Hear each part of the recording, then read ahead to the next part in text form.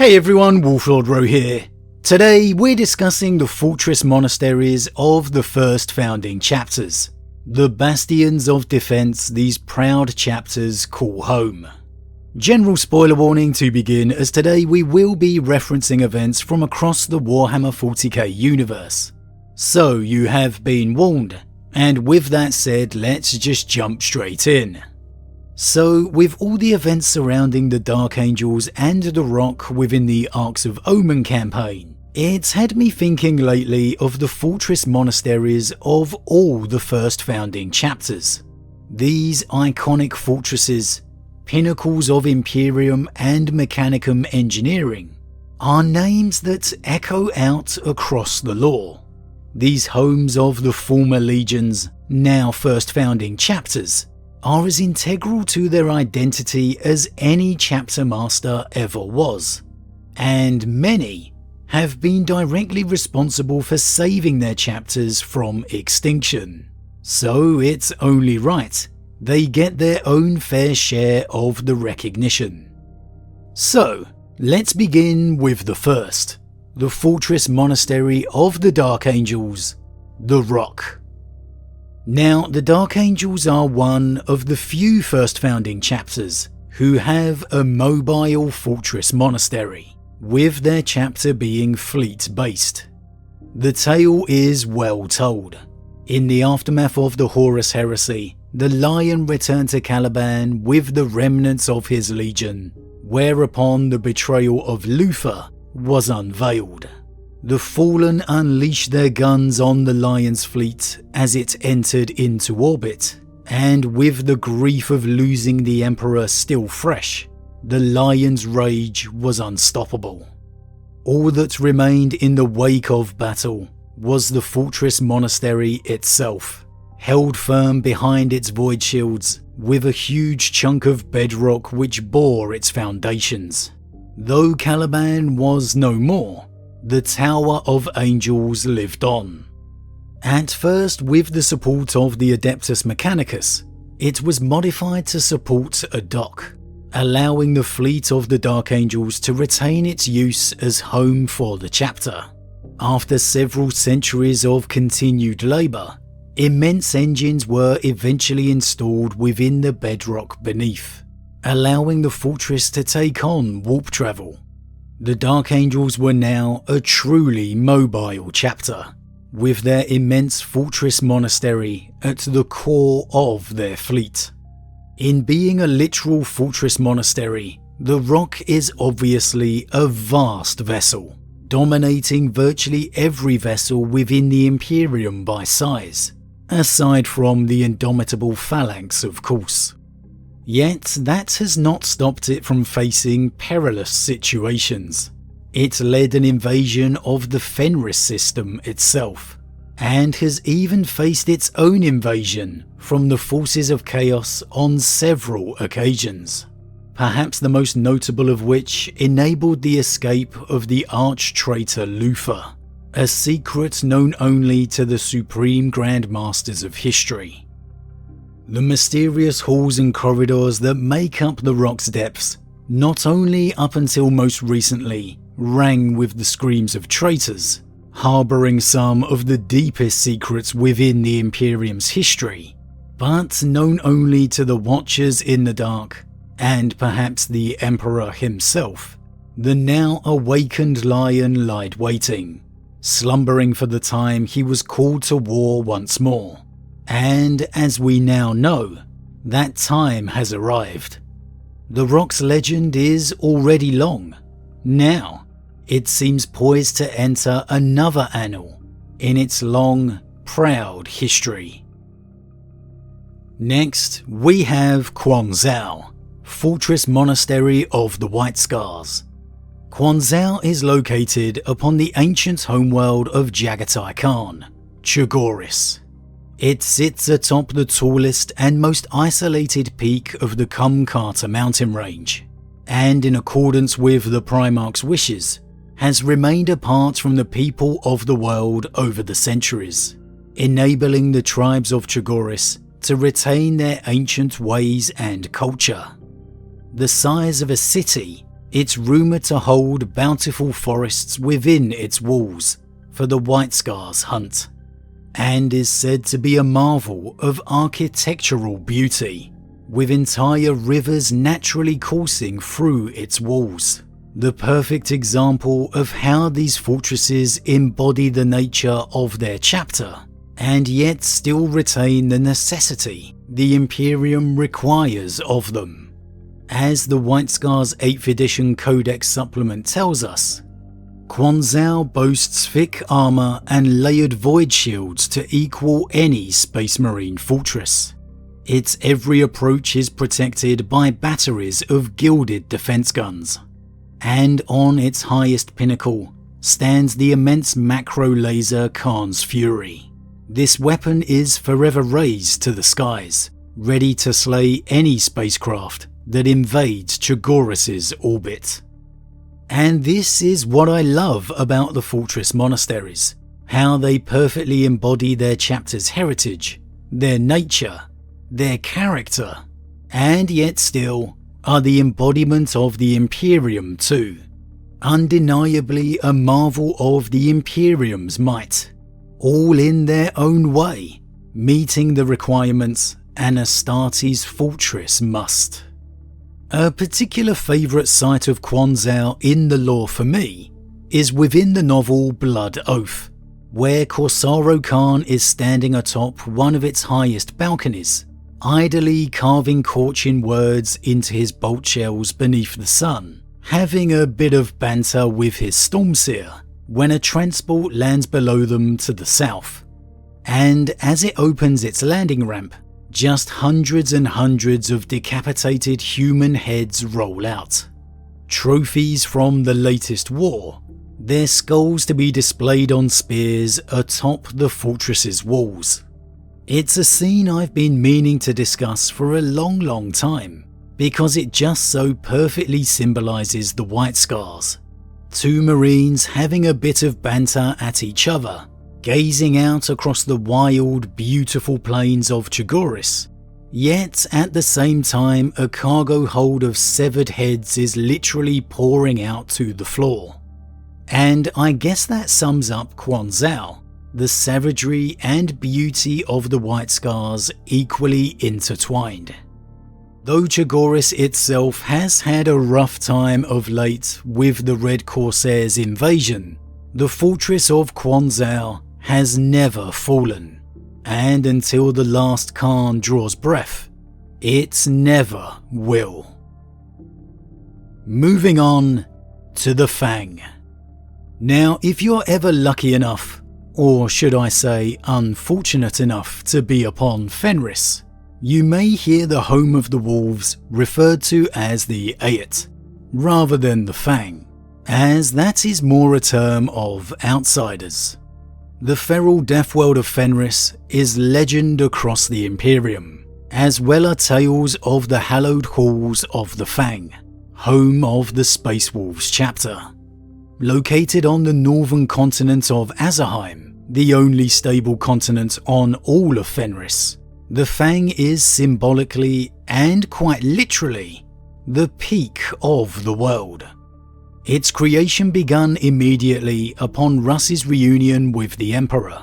It is one of the most formidable fortresses in the entire galaxy, with the most recent First Founding book telling us it is second only to the Emperor's palace itself.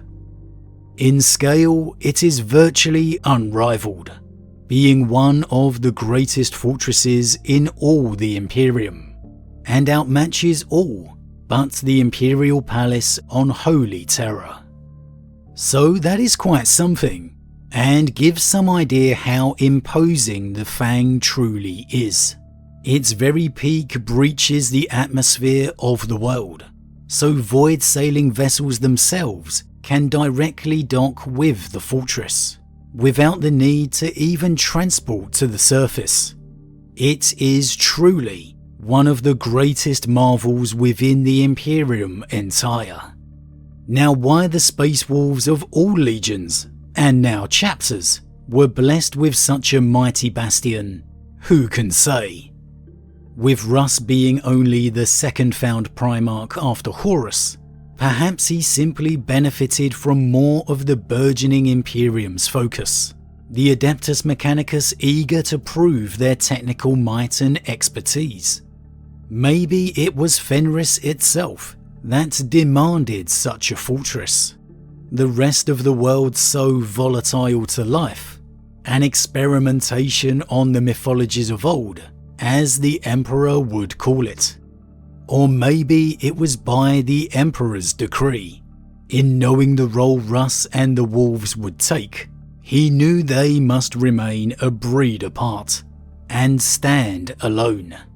As such, as a force who may count fellow Astartes amongst their enemies, they needed a bastion impenetrable to such destruction. Who knows, but it's surely no coincidence the Space Wolves can claim such a place their home. It has withstood invasion over the centuries, most notably the famous War of the Fang against Magnus the Red himself, the traitor Primarch desperate for revenge against the sons of his brother Russ. Side note, but if you haven't read the novel Battle of the Fang by author Chris Raitt, trust me, add that one to your list. It's absolutely astounding, beyond the fell-handed awesomeness. But undoubtedly for me, the best description and sighting of the Fang comes from Ragnar Blackmane's first ever novel, Space Wolf, all those many years ago, when the legendary hero of the Imperium, Ragnar Blackmane, was still just an initiate to the chapter, laying eyes on the mountain of the Fang for the very first time. Ragnar saw it, the largest mountain of all, the largest mountain he had ever seen, or ever would see. What could only be the largest mountain in the history of creation. It towered over all the other peaks as a grown man might tower over small children. Its lower slopes tumbled for leagues into the clouds below them. It was a mountain on an epic scale, a mountain fit to be the dwelling place of gods. Ragnar knew without being told it would be their destination. And looking around the darkened interior of the Thunderhawk, he could see that the others were similarly stunned into awestruck silence by the magnificence of the great peak before them. He knew now, looking at the towering mountain in the light of the morning sun, that he would never forget this moment for as long as he lived. He would never forget the wonder and the fear that the sight of this mighty pinnacle evoked in his heart. Oh, you just know you're a space wolf through and through when you hear that passage. Just absolute awesomeness. Goosebumps every single time I read it. A little divergence here, but what a perfect example of how great stories never age. I mean, I still love reading The Hobbit and The Lord of the Rings, which were written decades and decades ago. And the Black Library absolutely has gems in that regard too. I'll never forget beginning my 40k novel journey with Uriel Ventris in Nightbringer. An absolute classic, it really is. And so really, I can't tell you enough, if you're a new fan of the lore, only recently dived into the novels over the past few years, don't write off those older stories out there, because there really are some absolute classics you will be missing out on if you do. However, I digress. The Fang for the Wolves, much like Quanzhao for the Scars, the Rock for the Angels, symbolises everything about its chapter, its world, as it should. On to the Phalanx.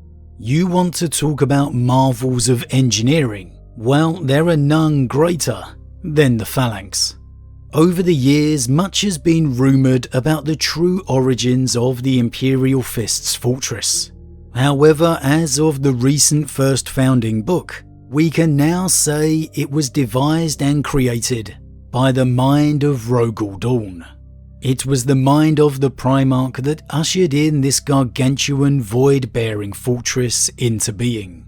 And it was the tenacity of the people of Inuit, Rho Dawn's homeworld, who crafted it into existence. This mobile fortress dwarfs even the Dark Angel's Rock. It is the figurehead and linchpin of more Imperial victories than can truly be counted. And the Imperium owes thanks to the Phalanx, perhaps more than any Fortress Monastery. In truth, there's no perhaps about it. The Phalanx is an absolute legend. It was the Phalanx that stood above Terra during the Heresy, and it's the Phalanx that stands above Terra now. When Rho Dawn was reunited with his father, it was upon the bridge of the Phalanx in which he did so. The Primarch presented the fortress to his father as a gift, who in turn gave it back to the service of his son, becoming the Fortress Monastery of the Imperial Fists thereafter. Though symbolically the Imperial Fist homeworld is Terra, and its defense is a duty they maintain very seriously, they are in truth a fleet-based chapter, and the Phalanx has served as their home from the Legion's very inception. Over the years, the Phalanx suffered greatly for its service. With knowledge gradually dwindling, repairs came ever harder to maintain, and with the Legion broken into a chapter, the gargantuan fortress found vast portions of its hallways now silent and lifeless. But it was a testament to the Phalanx's service, the Imperial Fist's tenacity, and the very symbol the Phalanx represented, that one of the first things the returned Primarch Rabute Guilliman did upon his return and restoration was order the Phalanx into orbit over the throne world, its mere presence restoring order across Terra, and with the aid of their former fellow Sentinels, the Emperor's own custodians, the Imperial Fists were able to restore the Phalanx to a fighting operational state it hadn't been in centuries. Perhaps not since the mind of Rho himself had been lost. For all the darkness of the current war, for all the bleakness of the future, one thing remains true, as it did in the days of the Heresy, as it does now.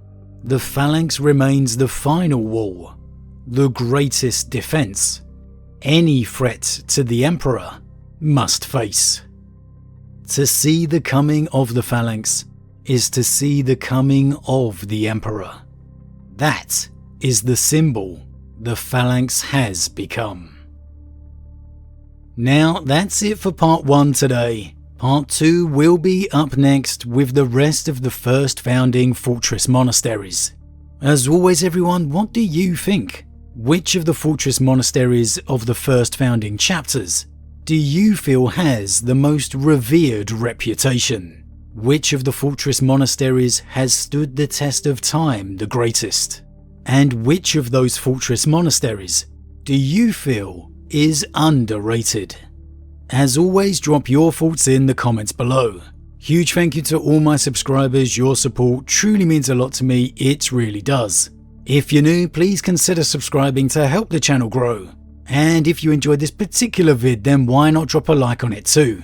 With that said, I am off, and I'll see you all again real soon.